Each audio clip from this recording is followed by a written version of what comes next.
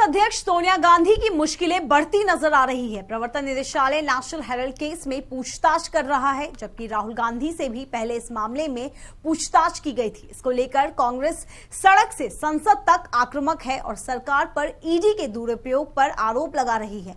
वहीं इस मामले को लेकर कांग्रेस और बीजेपी नेताओं में जुबानी जंग छिड़ गई है। देखिए ये खास रिपोर्ट।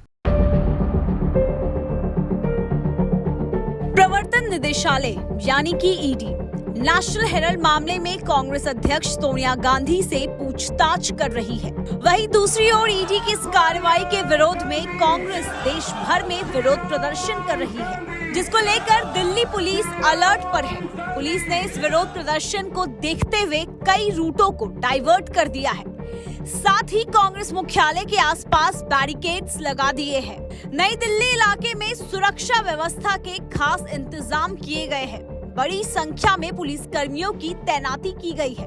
सोनिया गांधी पर ईडी की कार्रवाई को लेकर बीजेपी और कांग्रेस नेता आमने सामने आ गए हैं। कांग्रेस केंद्र सरकार पर ईडी का राजनीतिक रूप से इस्तेमाल करने का आरोप लगा रही है। नेताओं ने इसे लोकतंत्र पर प्रहार बताया है। राजस्थान के मुख्यमंत्री और कांग्रेस के वरिष्ठ नेता अशोक गहलोत ने सोनिया गांधी के खिलाफ कार्रवाई की कड़ी आलोचना की है। उन्होंने कहा कि देश में विपक्ष के लिए अलग कानून चलाया जा रहा है। गहलोत ने आरोप लगाया कि बीजेपी सरकार सरकारी जांच एजेंसियों का मिसयूज कर रही है।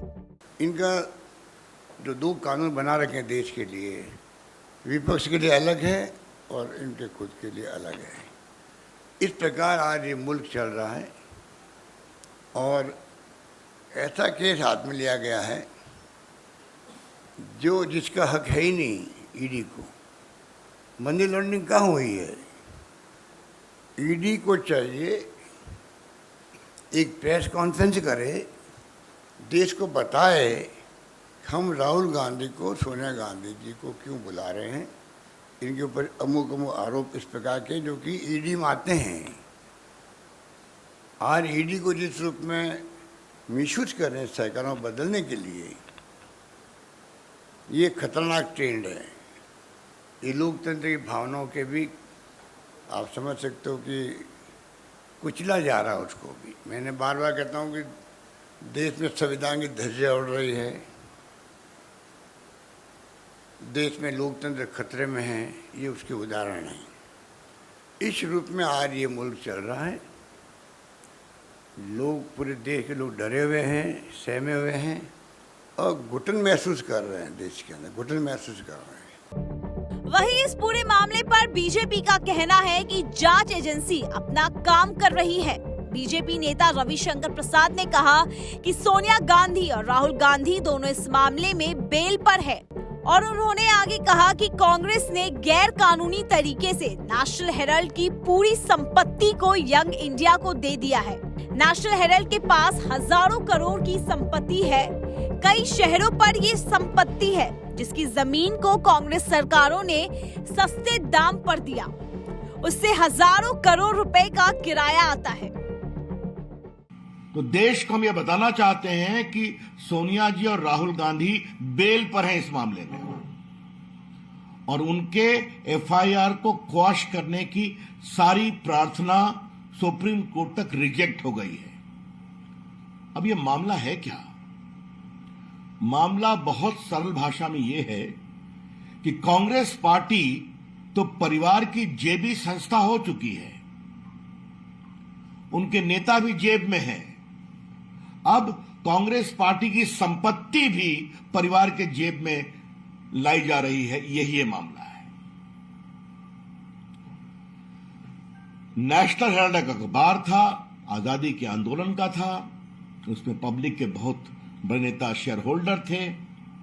बाद में अखबार नहीं चला, अखबार बंद हो गया, उस पर बड़ी देनदारी हो गई और बहुत ही छद्म तरीके से 90 करोड़ रुपया लोन दिया गया और एक पारिवारिक संस्था यंग इंडिया बनाई गई जिसमें सोनिया जी और राहुल गांधी 76% के शेयर होल्डर्स हैं, मेजॉरिटी। बाकी दो लोग नहीं है, मोतीलाल जी और ऑस्कर फर्नांडिस, वो गुजर गए। और बिल्कुल गैर कानूनी तरीके से पूरे नेशनल हेराल्ड की ओनरशिप को यंग इंडिया को दे दिया गया।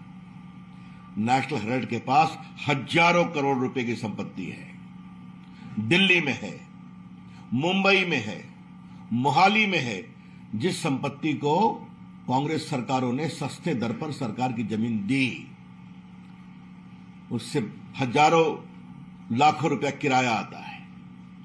यह है कुल मामला। इस मामले की जांच चल रही है। सोनिया गांधी से ईडी की पूछताछ के मामले पर कांग्रेस ने आक्रामक रुख अख्तियार कर लिया है। कांग्रेस सड़क से संसद तक इस मुद्दे को उठा रही है, लेकिन बीजेपी भी इस मुद्दे पर बैकफुट पर आने को बिल्कुल तैयार नहीं है। लेकिन अब देखना ये दिलचस्प रहेगा कि सोनिया गांधी से पूछताछ सिर्फ आज होगी या राहुल गांधी की तरह कई दिनों तक चलेगी।